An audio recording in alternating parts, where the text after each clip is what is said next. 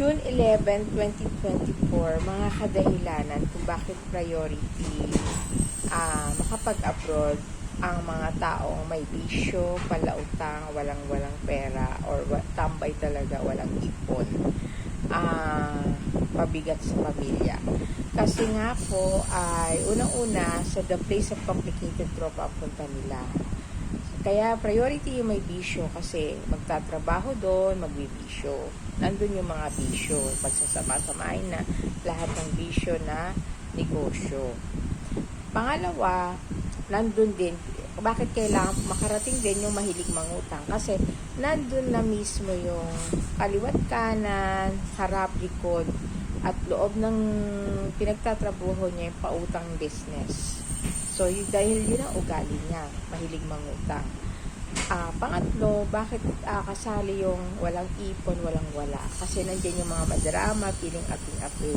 Nandiyan na scammer, magnanakaw, manluloko dahil sa pera. So, sinusolusyonan kasi yung permanent solution tungkol sa pagpatay, yung prostitution, at saka ano pa ba, scammer, yun, permanent solution sa Pilipinas na matanggal yun, yung mga pagnanakaw. Ang resulta kasi ng pagnanakaw, pagpatay, ay yung iba pumapatay dahil inutusan lang naman silang pumatay dahil binayaran, di ba? Para masolusyonan yun. Kaya priority yung mga aping-api, madrama, walang-wala.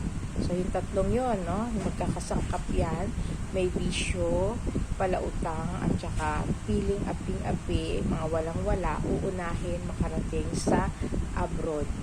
Sa Pilipinas, lahat ng mga nasa squatter, nakatira, yun ang uunahin na bigyan ng trabaho papunta sa abroad kasi tatanggalin ang lahat ng squatter sa Pilipinas para hindi na dumadami ang balik ng balik sa pag-i-squat.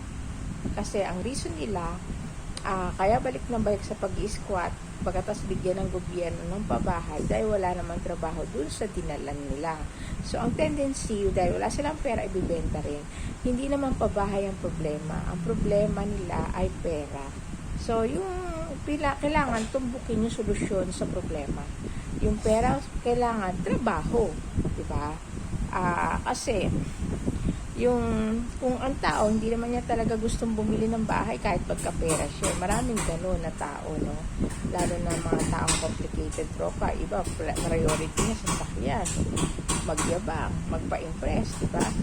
So, kaysa naman magnakaw yan at gumawa ng masama sa Pilipinas, at least magawa niya yung gusto niya dun sa abroad, sa the place of complicated tropa. Yun lang, hanggang dito na lang aking video. See you in my next video. Bye!